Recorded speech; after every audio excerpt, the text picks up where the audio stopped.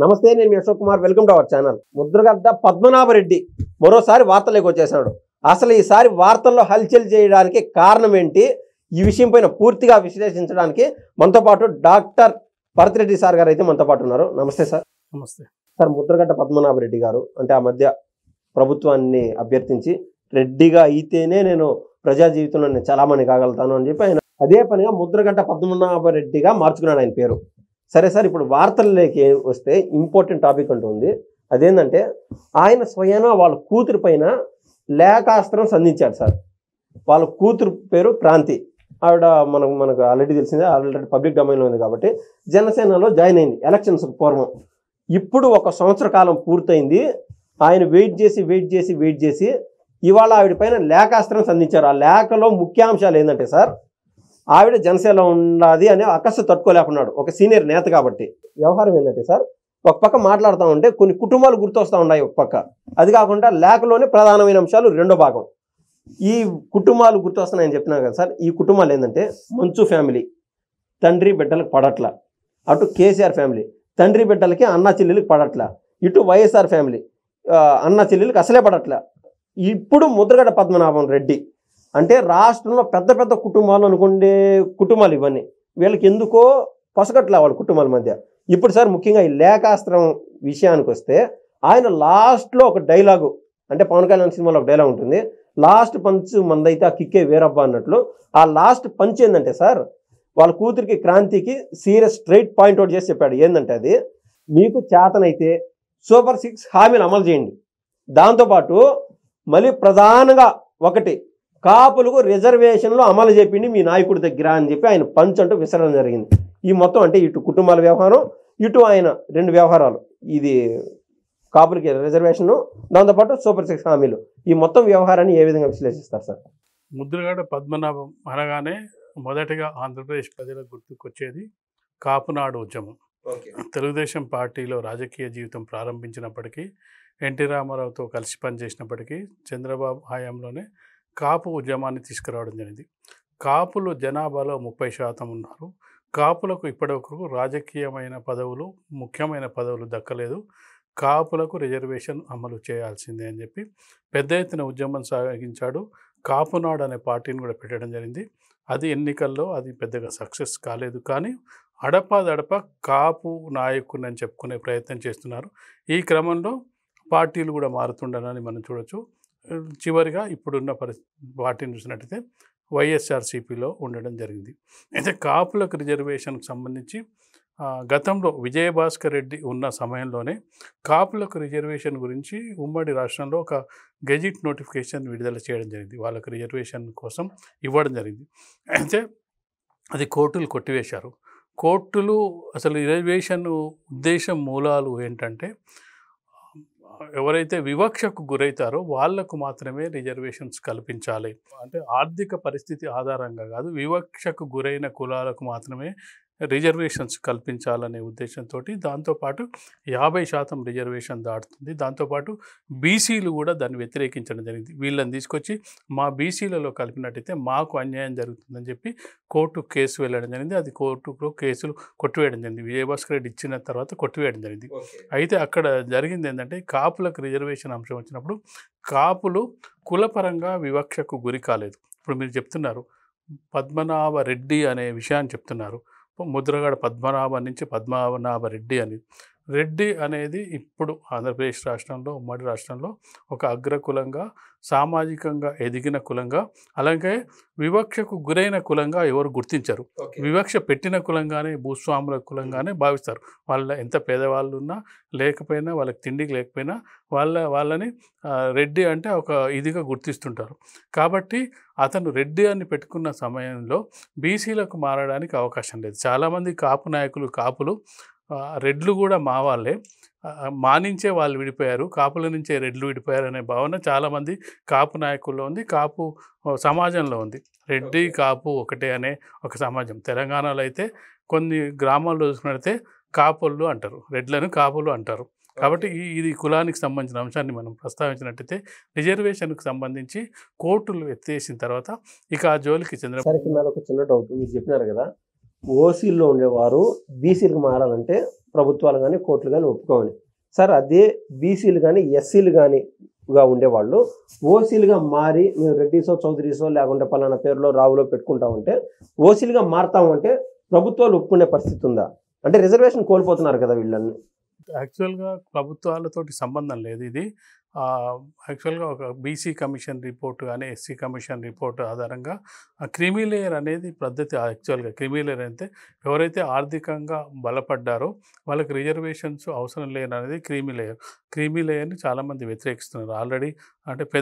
అంటే తక్కువ కులాల్లో ఉన్న వాళ్ళు కూడా పెద్ద ఉద్యోగాలు, లేదా రాష్ట్రపతులు, లేదంటే కేంద్ర మంత్రులు, గవర్నర్లు, లేదంటే ఐఏఎస్లు, ఐపీఎస్లు ఇలాంటి వాళ్ళకు రిజర్వేషన్ అవసరం లేదు, వాళ్ళని ఈ బీసీ ఎస్సీల నుంచి పక్కకు జరపాలనేది ఒక వాదన జరుగుతుంది. ఇటీవలే మనం ఒక కోర్టు అంటే ఫైనలైజేషన్ చేయలేదు సార్. అంటే ఓసీలో చేర్చే అవకాశం ఉందా లేదా? అవకాశం లేదు. ఇటీవలనే మనం ఒక కోర్టు కేసును తీసుకున్నట్టయితే ఎవరైతే ఎస్సీల నుంచి కానీ మిగతా వర్గాల నుంచి కానీ క్రిస్టియన్ కన్వర్ట్ అవుతారో, క్రిస్టియన్ కన్వర్ట్ అయితే వాళ్ళు బీసీసీగా ఉపయోగించుకోవాల్సి ఉంటుంది.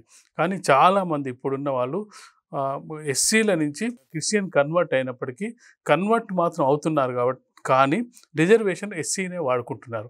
అయితే ఇటీవల ఆంధ్రప్రదేశ్ హైకోర్టే ఒక చారిత్రాత్మక తీర్పు ఇవ్వడం జరిగింది. ఏంటంటే ఎవరైతే కన్వర్ట్ అవుతారో వాళ్ళు ఎస్సీ రిజర్వేషన్స్ కోల్పోతారు, బీసీసీ రిజర్వేషన్ క్రిస్టియన్లోకి మారిన వాళ్ళు దాన్ని అందుకోవాల్సి ఉంటుంది, దీన్ని కోల్పోతారని చెప్పి కోర్టు తీర్పు ఇవ్వడం జరిగింది. అది ఒక అంశంగా మనం పరిగణించినప్పటికీ ఇక్కడ మనం కాపు రిజర్వేషన్కి సంబంధించి కాపులకు అంటే వాళ్ళ ఏం వివక్షకు గురైన కులం కాదు.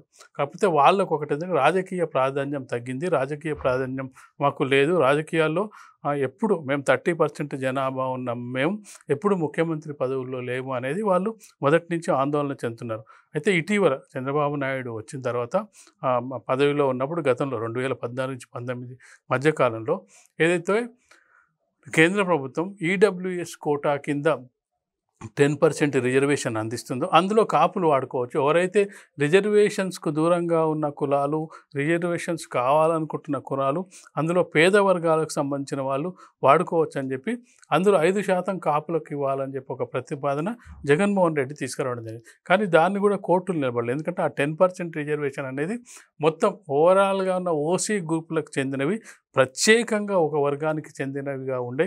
ఎందుకంటే చాలా రాష్ట్రాల్లో రిజర్వేషన్స్ కావాలని చెప్పి ఉద్యమాలు అవ్వడం జరిగింది. రాజస్థాను, గుజరాత్, అక్కడ పటేల్స్, ఇక్కడ మరాఠీలు, అక్కడ గుజ్జర్లు, వీళ్ళందరూ కూడా మాకు రిజర్వేషన్స్ కావాలని ఆందోళన చెందింది. ఈ 10% రిజర్వేషన్లతోటి కేంద్ర ప్రభుత్వం అందరికి చెక్ పెట్టింది. మీరు ఎవరైతే రిజర్వేషన్స్ కావాలనుకుంటున్నారో అంటే పేద వర్గాలు ఈ 10% రిజర్వేషన్, 10% రిజర్వేషన్ ఎకానమికలీ బ్యాక్వర్డ్ వాళ్ళు అందులో ఏ కులం, బీసీలు ఎస్సీలు ఓన్లీ ఓసీలకు సంబంధించిన. ఇక్కడ మన దగ్గర ఓసీలను మనం చూసుకున్నట్టయితే ఇక్కడ తెలంగాణ వరకు రెడ్లు, అలాగే చూసుకున్నట్టే బ్రాహ్మణులు, వైశ్యులు, వెలమలు, వీళ్ళు మనకు ఆంధ్రప్రదేశ్లో చూసుకుంటే చౌదరి, కమ్మ, అలాగే చూసుకున్నట్టే కాపులు, వీళ్ళంతా ఓసీ కింద వస్తారు. వీళ్లకు రిజర్వేషన్స్ ఫలితాలు అందట్లేదు కాబట్టి ఈ 10% ద్వారా ఉపయోగించుకునే అవకాశం ఉంది. కాబట్టి కొత్తగా ఇప్పుడు అంటే లేని సమస్యను ముద్రగడ పద్మనాభం ఎందుకు లేవనెత్తుండో అర్థం కాదు. ఎందుకంటే తను యాక్టివ్ పాలిటిక్స్లో లేడు. ఇప్పుడు ప్రధానమైన ప్రశ్న సార్, బాబు గారు ఎప్పుడైతే సీఎం హోదాలో ఉంటాడో అప్పుడు మాత్రమే ముద్రగడ్డ పద్మనాభం హైలైట్ అవుతూ వస్తూ ఉంటాడు. ఎందుకో బాబు గారు అంటే ఆయనకు నచ్చదా? ఎందువల్ల సరే? బాబు గారితో విభేదించి పార్టీ నుంచి బయటికి రావడం జరిగింది. కాపునాడు కూడా అప్పుడే పెట్టడం జరిగింది. తర్వాత రాజశేఖర రెడ్డి గారికి దగ్గర, తర్వాత కాంగ్రెస్ పార్టీలో చేరడం జరిగింది. తర్వాత చూసుకున్నట్టయితే మళ్ళీ వైసీపీలో చేరడం జరిగితే రాజశేఖర రెడ్డి కొంత అనుకూలంగా ఉన్న వ్యక్తిగా ముద్రగడ పద్మనాభం అందుకు అనుగుణంగానే అడుగులు పడుతున్నాయి. తన కూతురు మరి జనసేనలో పార్టీలో చేరడం తనకు నచ్చలేదేమో అని అనుకోవచ్చు. కానీ ఇక్కడ మనం ముఖ్యంగా గమనించాల్సింది పవన్ కళ్యాణ్ కూడా కాపు నాయకుడే. ముఖ్యమంత్రి హోదా రాకపోయినా కనీసం ఉప ముఖ్యమంత్రి హోదా అయినా పవన్ కళ్యాణ్కి వచ్చింది కాబట్టి ఖచ్చితంగా ఉప ముఖ్యమంత్రి గతంలో రాజకీయ ప్రాధాన్యమైన పోస్టులు మాకు రాలేదని చెప్తున్న ముద్రగడ పద్మనాభం దాన్ని అనుసరించాల్సిన అవసరం ఉంది. మాకు కూడా రాజకీయాల్లో ప్రాతినిధ్యం పెరిగింది. పవన్ కళ్యాణ్ ఈరోజు చంద్రబాబు నాయుడు తర్వాత స్థానంలో ఉన్న వ్యక్తి అని చెప్పి అతను ఆనందపడాల్సిన అవసరం ఉండే. కానీ అతను ఎమ్మెల్సీ అవకాశం వచ్చినా కూడా అదే సామాజిక వర్గానికి సంబంధించి ఈయనకి ఇచ్చారు కదా సార్ నాగబాబుకి. నిజం చెప్పాలంటే గతంలో కంటే ఇప్పుడున్న పరిస్థితుల్లో రాజకీయ ప్రాధాన్యం పెరిగింది, పదవుల ప్రాధాన్యం పెరిగింది. వాళ్ళు రాజకీయాల్లో కూడా చురుగ్గా పాల్గొంటున్నారు. నిన్నసారి ఇది మన రాష్ట్రంలో ప్రకటించినటువంటి డిసిసి బ్యాంకులు ఈ వ్యవహారంలో అనేక మందికి కాపుల వారికే అవకాశం దక్కింది సార్. ఏమైనా కడప జిల్లాకు సంబంధించి జయప్రకాష్ అనే వ్యక్తికి జగన్మోహన్ రెడ్డి గారి ప్రాంతానికి సంబంధించిన దాంట్లో కూడా వాళ్ళకి జనాభాకు అనుకూలంగా 30% జనాభా ఉందనే దాని మీద వాళ్ళు మొదటి నుంచి కొట్లాడుతున్నారు. అందుకు అనుగుణంగా పదవులు దక్కుతున్నాయి. కానీ రిజర్వేషన్ అంశం అనేది అది ఎప్పుడో ముగిసిపోయిన అధ్యాయం. సార్ మీరు చెప్పింది బాగానే ఉంది. అయితే ఈయన బాబు గారు ఉన్నప్పుడే అంటున్నాడు అనేది ఒక పాయింట్. రెండోది, జగన్మోహన్ రెడ్డి గారు ఉన్నప్పుడు ఏ రోజు లేఖాస్త్రం సంధించడమో లేకుండా ఉంటే ఆయన కోరడమో, ఇప్పుడైనా అవకాశం కల్పించండి కాపులకి అని జగన్మోహన్ రెడ్డి గారిని కోరినా కూడా మీరు చెప్పింది అంతా కోర్టుల పరిధిలో ఉండాలి. అదే అన్ని తెలిసి కూడా ఎందుకు అడుగుతున్నాడు సార్ ఇవాళ ఆయన? ఖచ్చితంగా ఒకరిని ఇబ్బంది పెట్టాలంటే ఏదో ఒక అంశం తీసుకురావాలి. తనకు నచ్చిన వ్యక్తులు ముఖ్యమైన స్థానాల్లో ఉన్నప్పుడు చూసి చూడనట్లుగా ఉండడం, తనకు నచ్చని వ్యక్తులు ముఖ్యమంత్రులుగా ఉన్నప్పుడు ఏదైనా అంటే తేనెతీగ లాంటి ఒక ఇష్యూని కదిపి చికాకు కల్పించడం, దాని మీద ఏం స్పందిస్తారు తెలుగుదేశం శ్రేణులు, దాన్ని ప్రజల్లోకి తీసుకెళ్ళడం. ఒకవేళ దాని మీద ఎవరైనా మాట్లాడినట్టయితే చూసావా తెలుగుదేశం పార్టీ కాపు రిజర్వేషన్లకు వ్యతిరేకం అనే ముద్ర వేయడానికి ప్రయత్నించడం, ఇలాంటి అంటే రాజకీయాల్లో ఎత్తులు పై ఎత్తులు అంటారు. ఎత్తులో పై ఎత్తులో భాగంగా ఇతర పార్టీని బ్లేమ్ చేయడానికి వేసే ఒక రాజకీయ క్రీడగా చూడాలి మనం. సార్ ఇంకా ప్రధానమైన ప్రశ్న ఆయన అడిగింది ఏంటంటే, ఈ మీరు సూపర్ 6 హామీలు అమలు చెప్పింది మీ నాయకులతో చెప్పాను వాళ్ళ కుమార్తెకి ఆయన ఛాలెంజ్ చేశారు జరిగింది. ఈ సూపర్ 6 హామీల పైన ప్రతిసారి తెలిసి కూడా మళ్ళీ అదే కన్ఫ్యూషన్ ఎందుకు సార్? అసలు ఎన్ని అమలు చేస్తారు ఈ 6 ఖచ్చితంగా సూపర్ 6 అనేది వాళ్ళు మేనిఫెస్టోలో పెట్టుకోవడం జరిగింది. దాన్ని అమలు చేయాలని చెప్పి అపోజిషన్ రాజకీయ పార్టీలు అడుగుతూ ఉంటారు. ఆ దిశగా ఆ క్రమంలో ఒక్కొక్క అడుగు పడుతూ ఉంది. దానికి ఒక షెడ్యూల్ ప్రకటించడం జరిగింది. ఏదైనా ఒక పని ఈరోజు చెప్పగానే రేపు అయ్యే అవకాశం ఉంటుంది. ప్రజలు అధికారం 5 ఏళ్ల పాఠం ఇచ్చారు. ఈ 5 ఏళ్ల కాలంలో సంవత్సర కాలంలో అడుగులు ఏ వైపుగా పడ్డాయి, ఆ సూపర్ 6కి సంబంధించి ఎన్ని ప్రాథమిక దశలో ఉన్నాయి, ఎన్ని స్టార్ట్ అయ్యాయి, ఎన్ని స్పీడ్గా వెళ్తున్నాయి, ఇదంతా ముఖ్యమైన విషయం. సూపర్ 6కి సంబంధించి ఈ విమర్శలు వస్తూ ఉంటాయి. కానీ బాబు గారు దానికి సంబంధించి ఎప్పటికప్పుడు రివీల్ చేస్తుండూ ఏ పథకం ఎప్పుడు ప్రారంభించాలని చెప్పి ప్రభుత్వం ఒక ఆలోచన ఉంది. ఆలోచనకు తగ్గట్టుగా ప్రభుత్వం వెళ్తుంది. కానీ ప్రతిపక్షాలు ఎవరో చెప్పినట్టుగా వెళ్ళారు. అధికారంలో ఉన్న వాళ్ళు ఆర్థిక పరిస్థితుల్ని, ఆర్థిక వనరులని, ప్రజల అవసరాలను దృష్టికొని పనులు చేస్తూ ఉంటారు.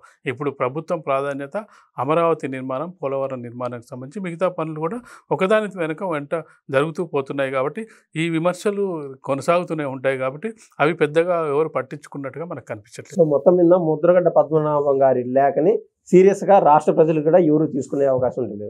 ఖచ్చితంగా అసలు ఎవరు పట్టించుకునే అవకాశం కూడా లేదని చెప్పొచ్చు మనం. ధన్యవాదాలు సార్.